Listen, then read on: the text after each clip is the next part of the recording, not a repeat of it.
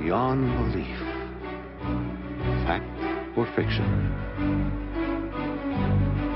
Hosted by Jonathan Frakes. Tonight, your challenge is to separate what is true from what is false. 5 stories, some real, some fake. Can you judge which are fact and which are fiction?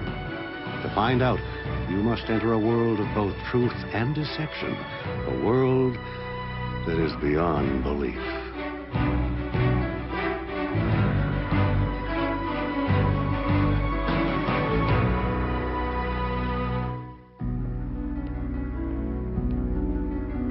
Sometimes truth and illusion are one and the same. For example, this simple spiral.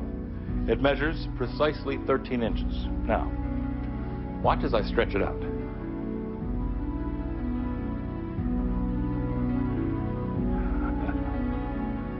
What does it measure now? Exactly the same. The truth is that it only appears to be stretching out. Nothing about its measurements are changing. Truth and illusion side by side, just as in tonight's stories.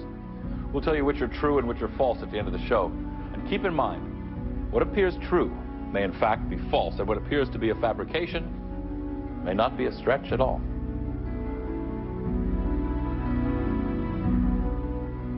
Does your computer ever seem to have a mind of its own? Does it ever hide a file from you, or sometimes print a file you didn't ask for? And if the communication between your computer and your printer breaks down, this can be the result.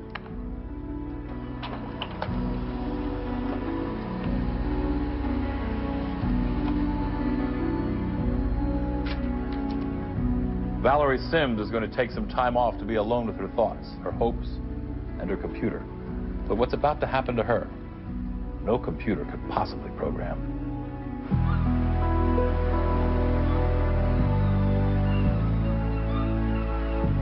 I've been happily married for the past 18 years. I had a supportive husband and a great son. And then one day, out of the blue, I was hit with a full-blown midlife crisis. Something was missing. I was feeling terribly unfulfilled. I had always wanted to be a writer, but I never seemed to have the time. There was always something else to do, and the writing just kept getting pushed to the next day. I finally decided to take a stand and commit myself to my writing. I knew I couldn't do it at home, so I rented a small house on Moonstruck Beach to try and knock out the great American novel.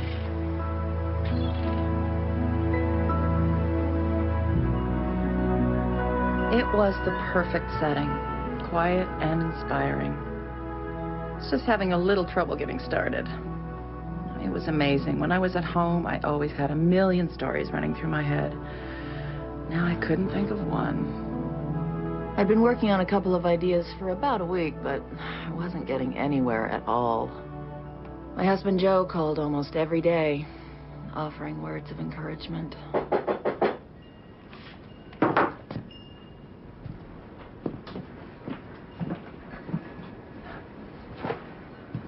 Sorry, I didn't mean to scare you.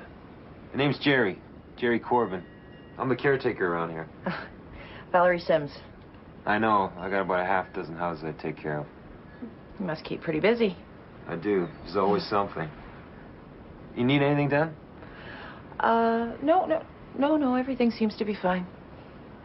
Cool. I live in that little house right up the hill. If you need anything at all, just give a holler. Thanks. I will.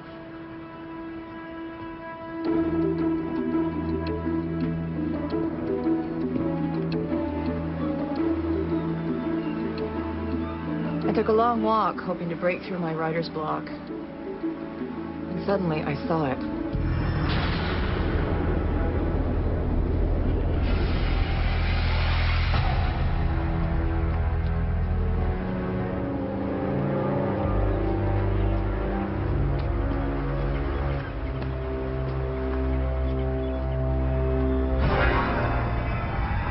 It was gone. I could have sworn I saw a woman's body lying in that same exact spot. There was nothing there. I must have seen a shadow, but it looked so real from up there.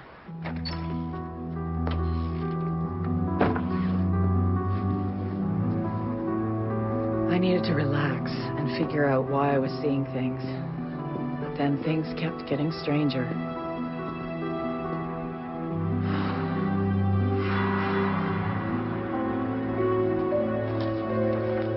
hadn't written anything, and I wondered where it had come from.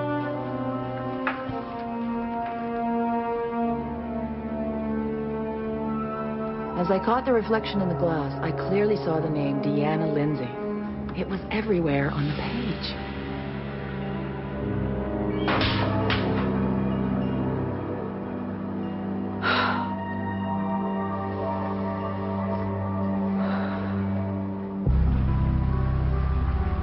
I kept asking myself over and over again, who was Deanna Lindsay? I didn't know anyone by that name.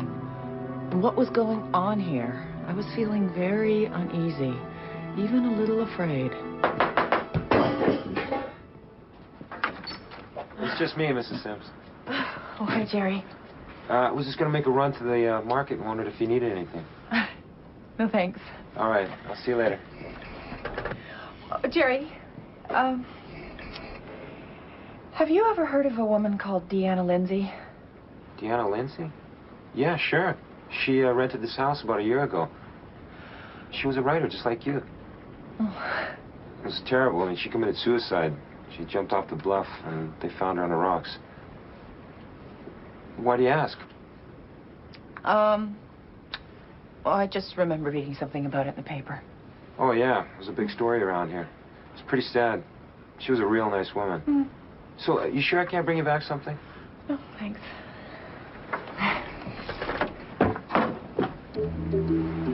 I could not get the image of that woman's dead body out of my mind. I wondered if this was where they found Deanna Lindsay. Was it her I saw? But how could that be? Nothing was making any sense.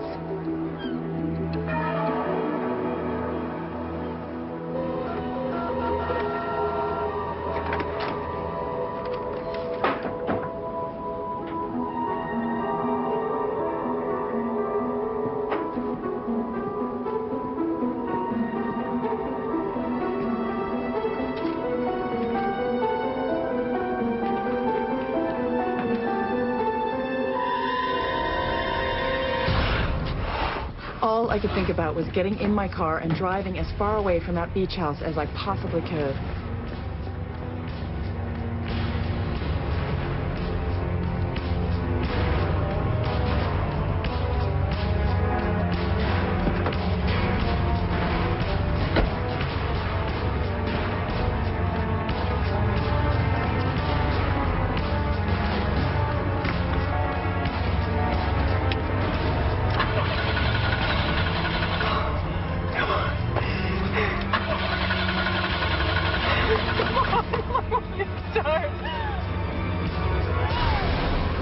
Car trouble, Mrs. Sims?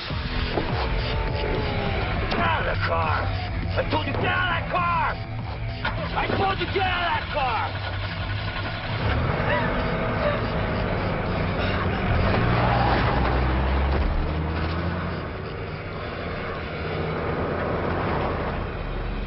The sheriff found Jerry Corbin lying in the driveway unconscious. He eventually admitted to pushing Deanna Lindsay off the bluffs and to the murder of 2 other women in the area. I went back home after that and wrote my first novel. I called it Moonstruck Beach.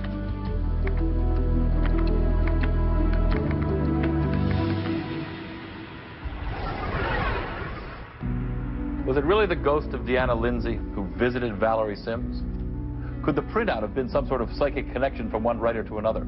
Or were the messages typed by Jerry Corbin? Was he playing some sort of twisted game? Whatever happened, 3 murders were solved and 1 was prevented. Is this story a garbled work of fiction? Or does it actually reflect the truth? We'll find out if this story is true or false at the end of our show. Next, a dying woman is visited by a mysterious stranger on Beyond Belief, Fact or Fiction.